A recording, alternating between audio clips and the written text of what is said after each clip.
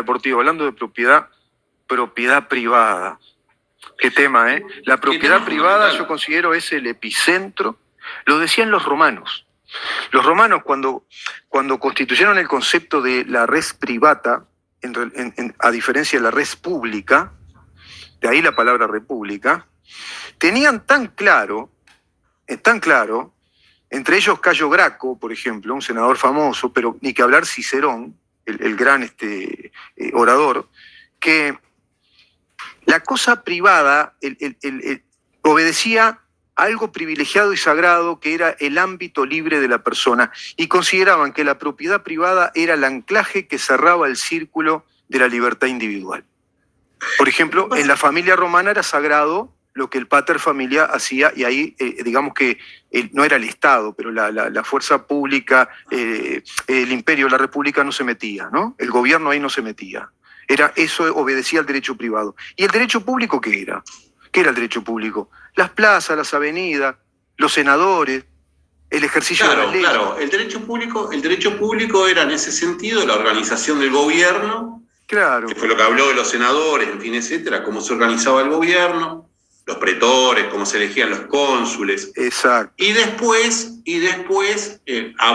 usted habló algo de muy urbanístico, que me parece perfecto, pero justamente, o sea, que habló del dominio público y el dominio privado del Estado, las plazas, todo ese tipo de cosas. Sí, sí. Y la propiedad privada es hasta la década del 20, un poco más, un poco menos del siglo pasado, era un derecho sagrado. La Constitución establecía que la propiedad privada era un derecho sagrado. Después de la Revolución Industrial, la segunda, después de la Primera Guerra Mundial, con un montón de mutilados, en fin, etcétera, aparece la segunda etapa del Estado de Derecho, que es el Estado social. Sí. Entonces ahí se le da a la propiedad un valor social. Ya dejó de ser sagrada, sino que se le da un valor social, cosa que me parece perfecta, pero me parece perfecta.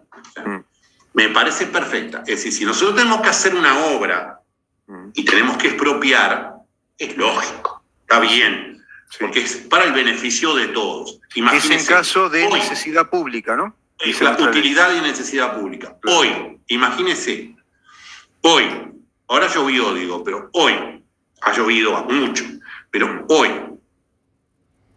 o hace una semana, un pueblo de nuestro país, cualquiera, un pueblo de nuestro país que se está quedando sin agua. Usted sabe que OCE tiene agua que saca de los ríos o de los pozos, sí, por ejemplo. ¿Sí? Sí. Entonces, ¿qué sucede? Se descubre que en ese pueblo que se está quedando sin agua, se descubre que en un predio existe agua subterránea. Entonces, ¿qué pasa? Y bueno, hay que expropiar. Hay que expropiar porque es en beneficio de todos. Y me parece perfecto. Ahora, el principio fundamental en el derecho público, este principio es básico. O sea, estoy a favor de la propiedad, del concepto social de propiedad. Pero este concepto es muy importante. Y usted me va a agarrar esta pelota en el aire. En el supuesto de duda, hemos hablado hasta el cansancio de los dos derechos. Sí. Del derecho del huelguista, del derecho del no huelguista, en fin. Sí. Y acá tenemos también un conflicto de derechos. Sí. Tenemos el derecho del propietario y el derecho del Estado-comunidad, no del aparato. Claro, Estado-comunidad, no del aparato. Del Estado-comunidad, no del aparato, no de los órganos. No, la población. Hay un problema que afecta a la población, a la población. Público afectado. La salud entonces, de X número de personas. Entonces, tiene este derecho del propietario y este derecho del Estado-comunidad. En el supuesto de duda, si hay duda entre esos dos derechos, ¿cuál es el principio? En un Estado republicano y liberal, en una democracia. Sí. El principio es la protección del individuo. Es la protección del individuo. Porque si nosotros agarramos y hacemos prevalecer los derechos del Estado frente al individuo, nos encaminamos hacia un totalitarismo. Claro, claro, claro. Por eso yo le decía, usted me lo iba a agarrar en el aire. Sí, eso sí. Si nosotros tenemos, imagínese, por ejemplo... Usted, doctor, discúlpeme que le interrumpa. Usted empleó una expresión técnica que es muy importante analizarla y detenerse en ella, que es expropiar, la expropiación. En caso de utilidad y necesidad pública, el caso del agua. Hay que abastecer a una comunidad determinada, un montón de personas, qué sé yo, son 3.000 personas que precisan agua, si no se complica, y hay un terreno cerca que tiene agua subterránea y la OCE tiene que dar esa agua. Bueno, se expropia ese terreno a ese propietario o a esos propietarios. Se expropia, no se confisca. ¿Qué quiere decir? Se le quita esa propiedad para el beneficio público, pero se le indemniza el valor, el aforo o el valor de esa propiedad. Es decir, se le devuelve en dinero. No se está quitando la propiedad privada, ¿eh? Se le quita el derecho a usar esa propiedad ahí, pero esa propiedad tiene un valor determinado en dinero, ese dinero se le da a modo de indemnización y usted invierte donde quiera. Usted sigue siendo propietario, tiene calidad de propietario privado. Eso me parece importante. Con la expropiación, Rubén, con la expropiación usted pierde la propiedad. Esa propiedad. Esa propiedad. Pero, como muy correctamente dijo, se le debe indemnizar el valor de la propiedad y todos los perjuicios. Todos los perjuicios. Entonces, y usted dijo otro término técnico, que además está en la Constitución. Dijo, no se confisca. Exacto. Entonces, eso es lo que caracteriza a un Estado democrático, a un Estado de derecho democrático. Si no, liberal, que reconoce la propiedad privada. Liberal en el sentido político. O sea, necesitamos siempre, porque la gente habla... Político y filosófico, ¿eh? Y filosófico, ahí está. Claro. Pero, ¿qué pasa? Digo, hay muchas veces que, y esto tengo que decirlo así, no tengo vuelta, digo, a mí no me gusta ingresar en temas políticos, pero sin mencionar a nadie, digo, se han instalado determinados conceptos en la sociedad que son como estigmas. Es un neoliberal.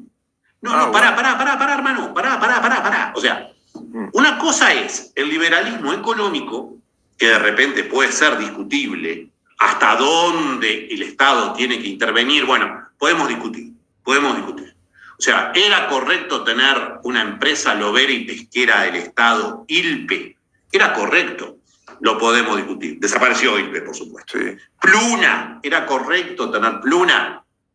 Ahora, pero se dice es un neoliberal. No, tranquilo. Es decir, una cosa es ser liberal desde el sentido político, ¿ah?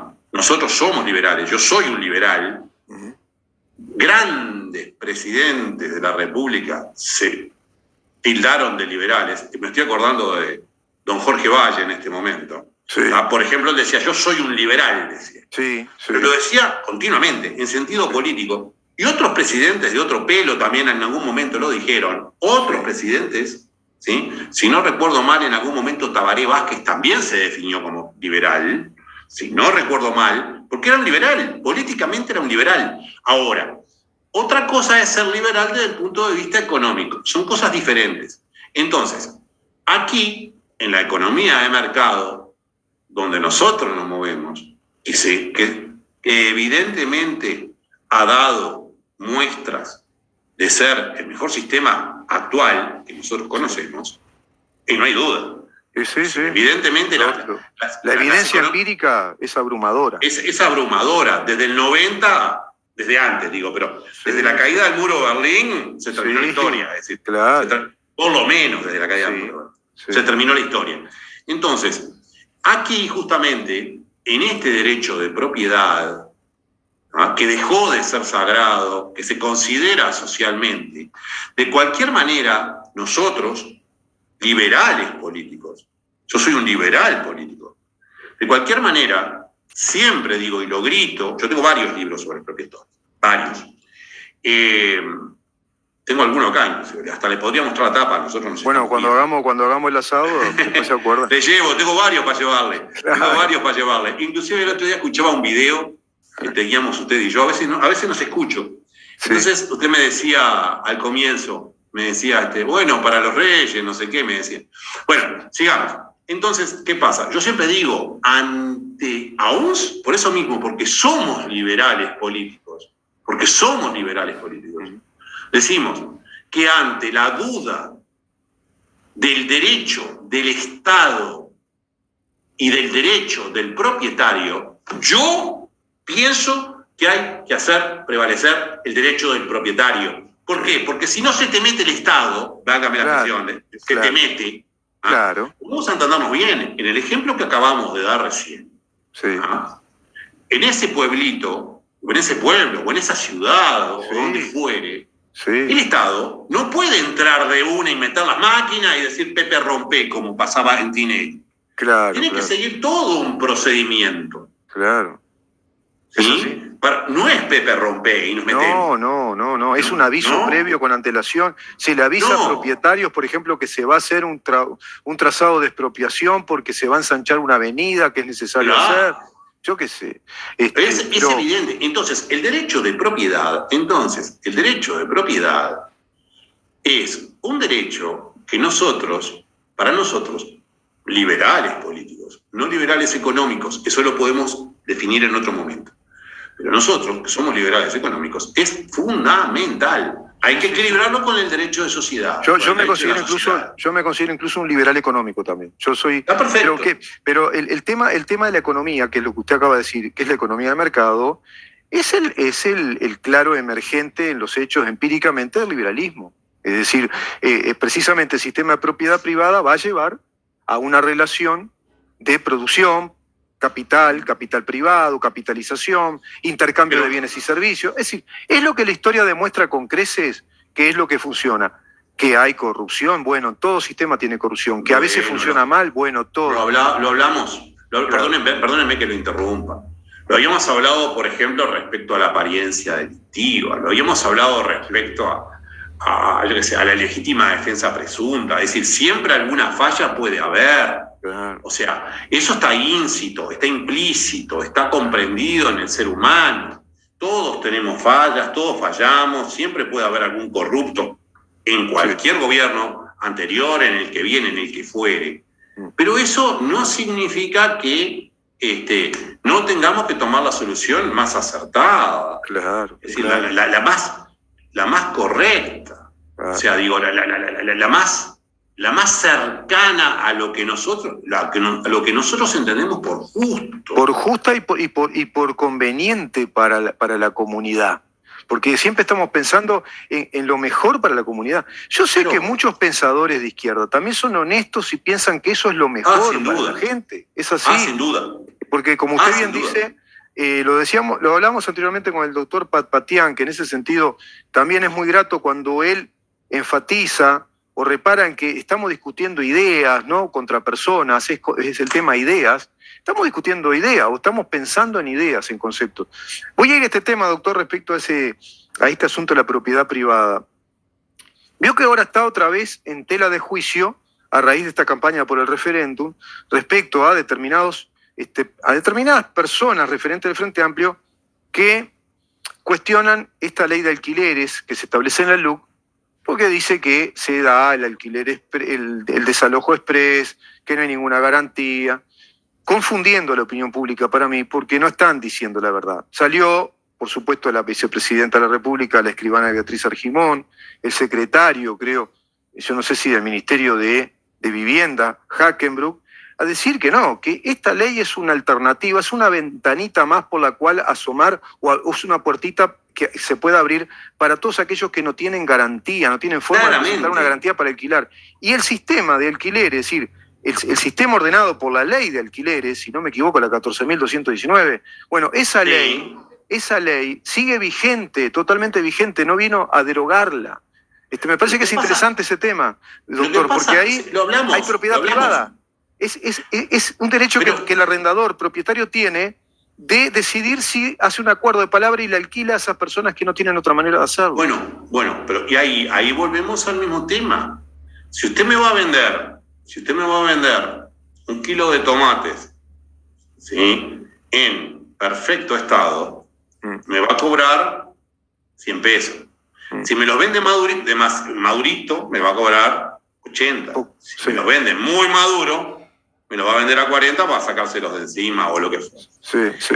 Entonces, ¿qué pasa? Digo, si usted alquila sin garantía, está dando, en primer lugar, la posibilidad de que una persona pueda ingresar a tener un hogar. Sí. Y bueno, digo, a la vez, el que da esa posibilidad de alquilar sin garantía tiene que tener un contrapeso. Exacto. Si a mí me pagan, vamos a la cara, si a mí me pagan, yo vendo esta computadora y me la pagan contado, y viene la persona y me dice, es un clásico esto, te voy a pagar contado. Déjeme seguir, por favor. Te voy a pagar contado. ¿Cuánto me haces? Es un clásico. Entonces digo, no puedo, que la tarjeta... Bueno, entonces, ¿qué pasa? Digo, si vos das determinadas facilidades, es lógico que a la vez tengas determinados derechos para ejercerlos más rápidamente. Pero eso es por un lado. Si quiere, después lo hablamos. Pero acá nosotros tenemos que ver, y esto me parece interesante, siempre me pareció muy interesante, y siempre lo destaco en todos lados, que hay que ver cómo se mueven los estadounidenses, hay que ver cómo se mueven los alemanes, hay que ver cómo se mueven los japoneses en todos estos temas. Que nosotros no nos movemos así. Y acá volvemos al liberalismo político. Disculpe que salga del arrendamiento. Usted, por ejemplo, ve, a mí me gusta mucho el fútbol americano.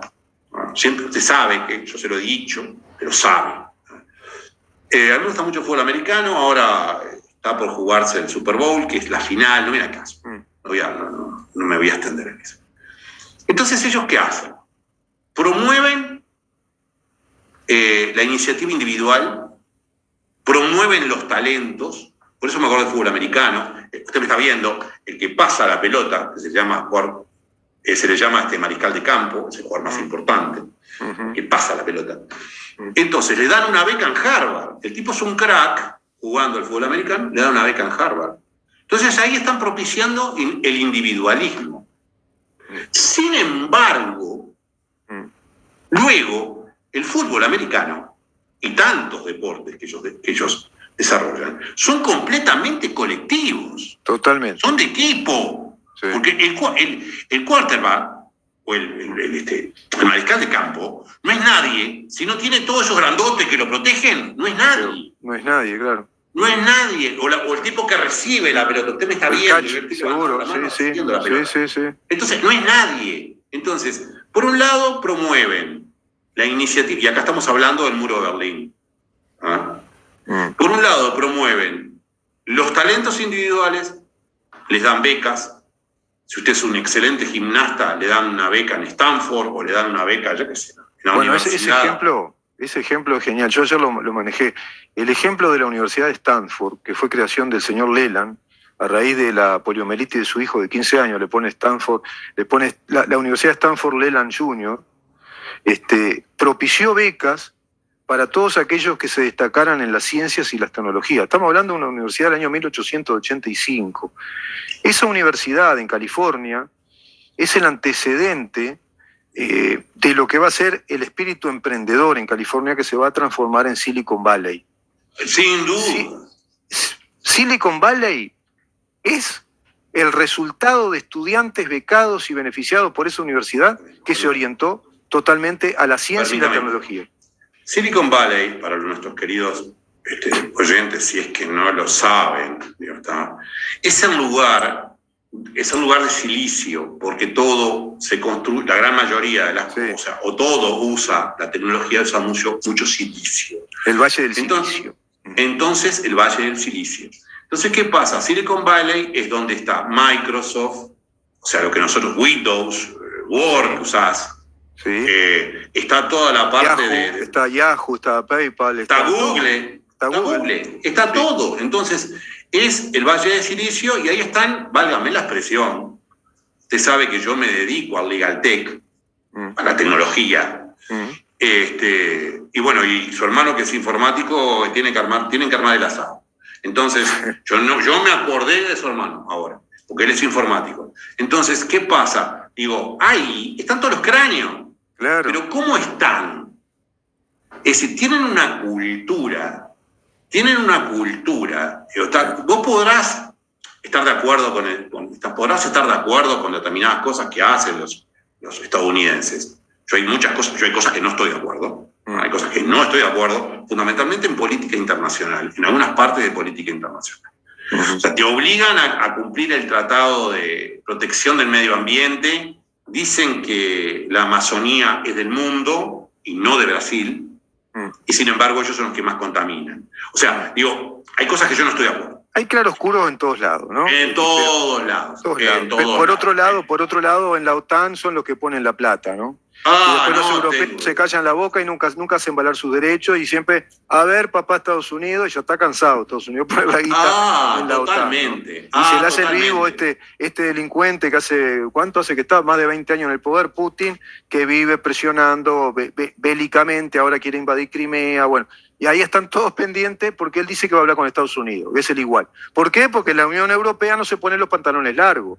Es el territorio europeo. Hay de todo. Pero pero es tal cual. Es decir, yo dije este tema de los tratados porque es importante tenerlo. Sí. Porque hay mucha gente, inclusive profesores de la facultad, colegas míos, que hablan que los cumplimientos de los tratados, de aquello y lo otro, y lo más gracioso del caso es que las grandes potencias muchas veces no los cumplen, incluido, por supuesto, Estados Unidos, China, Japón, Alemania. Entonces, no los cumplen o no los ratifican. Y es un ejemplo, pero yo en ese sentido, más allá de eso, hablé de culturas que yo respeto muchísimo, fue la que puse ejemplo. Sí, claro. Hablé de los alemanes, hablé de los japoneses. Están los ingleses, ¿no? Bueno, también los ingleses, por supuesto. Los ingleses son los padres. Los australianos, ¿no? Australia son los padres de los yanquis. O sea, los ingleses son los primos hermanos, son todos. Claro, no, que vienen de ahí. Claro. Son los piratas. Claro. Y vienen todos además, y esto sin hacer ningún tipo de... Cada cual que crea en lo que quiera creer. De la filosofía protestante, hay todo un artículo. Bueno, todo un tema, ¿no? Económico, Max Weber ¿no? lo ha explicado, sí. Weber, claro. Entonces, ¿qué pasa? Porque yo en ese sentido, soy totalmente estoy de acuerdo con la filosofía protestante. O sea, el hecho de que vos seas cristiano no significa que seas pobre. Pero dejemos el tema, porque estamos en religión, no es el tema. Pero mire, vamos a este tema. Silicon Valley es un gran ejemplo, ¿por qué? De cómo funciona el sistema de mercado y ese espíritu americano que, como usted bien dice, proviene del espíritu británico, inglés, y que se extiende en toda la Commonwealth. Es así. Esta gente son emprendedores aventureros, todos fueron aventureros, que presentaron proyectos. Esos proyectos fueron financiados por otros industriales que habían crecido antes. Dijeron, mirá, me sirve. Por ejemplo, el proyecto de Google era de un ruso, ahora no recuerdo exactamente el nombre, es un ruso el muchacho que se estaba recibiendo, tenía que presentar la tesis de doctorado en informática con un muchacho de Pensilvania. ¿Qué hacen estos tipos? Che, es complicado buscar en las computadoras, tenés que pasar 20, 100, 200 páginas para encontrar tal cosa, no es amigable el sistema. Y generaron un sistema de búsqueda, es un gran buscador Google. Google tiene que ver con los principios de un matemático, que era Google, pero lo transformaron, lo escriben mal, es profeso, Google, ¿para qué? Para hacer un gran buscador, que hoy ese buscador es el buscador del mundo. Todos, bueno... Está impuesto, usted tiene, con un cheque de este hombre que llega en un, creo que era un Porsche, último modelo, que era un industrial. Miren, muchachos, no se compliquen, me gustó, funciona. Hicieron un demo, funciona. $100.000 para cada uno, cheque, así no se complican la vida. Después seguimos, los convierte en propietarios, y así fue todo. Es decir, ese espíritu de financiación. O si no, van a un banco, presentan el proyecto y el banco les da la financiación. Ese es el espíritu del capitalismo, para decirlo claro. Y eso es lo que hace crecer los países. Hoy, pero hay un... Es decir, volvemos a lo mismo de siempre. El derecho de los trabajadores a la huelga, el derecho de los trabajadores a luchar por un salario mejor, para tener mejores condiciones, es sagrado. Es sagrado. Es fundamental. Y ahí lo tienen claro, ¿eh? Yo soy un trabajador y usted está trabajando en este momento. Sí. Estamos todos trabajando. Entonces, para mí es fundamental. Claro. Ahora, no vamos a matar al tipo que nos da laburo. Claro. Está en la tapa del libro. O claro. sea, una cosa es, porque son capitalistas, porque son malos, porque sí, porque ellos están en contra de nosotros, de nuestros derechos. No, para un poco. Es decir, tratemos de conciliarlo. Está bien. Puede haber una plusvalía, no sé, ya digo, dejémoslo ahí. Pero digo, es muy profundo y no tenemos tiempo. Pero digo, pero si no existe ese sujeto que llegó con los 2 cheques de $100.000, hoy día, ¿sí? Y está regulado en nuestro país, existe lo que se llama el micromecenazgo. Exacto. ¿Sí? Micro. O sea que usted está regulado por el Banco Central, tiene que presentar un proyecto, y después nosotros podríamos financiar un proyecto con cuotas mínimas, con determinadas cuotas que tienen que ser mínimas, o hay un problema de lavado de activos. Entonces, todo ese tipo de temas, eso tiene que ver con un concepto que se está manejando mucho, y es importante que la audiencia lo conozca porque lo va a escuchar, que se llama las startups. Las startups. Es continuo, lo ves por todos lados. Yo que estoy con Legal Tech, lo veo por todos lados. Entonces, podemos hablar de ese tema en la próxima, ¿eh? Podemos tratar ese tema. Vamos a hablar de las startups. Vamos a hablar si quiere hablamos del micromecenazgo. Sí. Sí, ya tomo nota de eso. ¿Cómo es ya lo voy despidiendo, doctor. El micromecenazgo y las startups. Y termino, para no dejarlo colgado, y lo dejo colgado para la que viene. Bien. Las startups son emprendimientos tecnológicos de avanzada que cuentan con determinado riesgo económico al ponerse en funcionamiento. Claro. Perfecto. Entonces,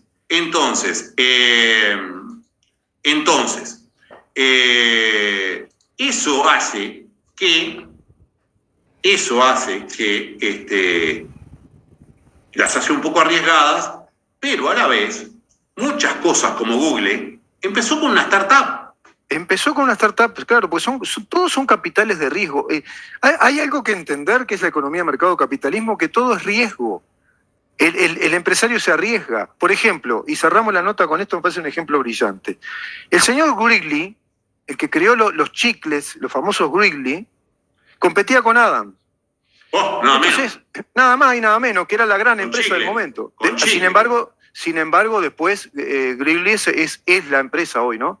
De la goma de mascar en Estados Unidos y en el mundo. O sea, Adams queda por debajo y pierde mucho terreno. Pero en ese momento no, era la mega empresa, que incluso hace un consorcio empresarial. Bueno, ¿qué hace él? ¿Cómo le gana?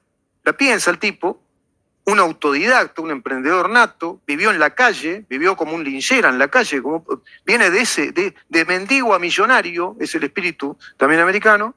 Dice, no, vamos a invertir de todo lo que ya había ganado, voy a invertir todo en publicidad. Todo en publicidad. Un equivalente a que hoy una empresa invirtiera en los Estados Unidos $85 millones en publicidad, que era lo que él tenía, todo el capital que tenía. Porque con esa publicidad él sabía que inundaba el mercado, porque el producto era muy bueno y le iba a dar resultado. Bueno, le dio resultado, pero podría haberse fundido. El resto de la empresa decían, bueno, confiamos en él, pero él se la jugó y después tuvo que pagar y priorizó pagos. Le decía a la secretaria, decile a mis proveedores que yo les pago después. Le tengo que pagar a todos los que hicieron la publicidad primero y le tenía que pagar a ciertos bancos. Entonces hasta ese tema se diseña y después empezó a pagarle a los proveedores. Es increíble, doctor, ese espíritu. Hay que seguir hablando porque ese es el espíritu que hace crecer a los países y no desequilibrar los platos de la balanza. Doctor, muchísimas gracias. Ha sido un gusto. Le envío un fuerte abrazo, Rubén, y a nuestra querida audiencia. No se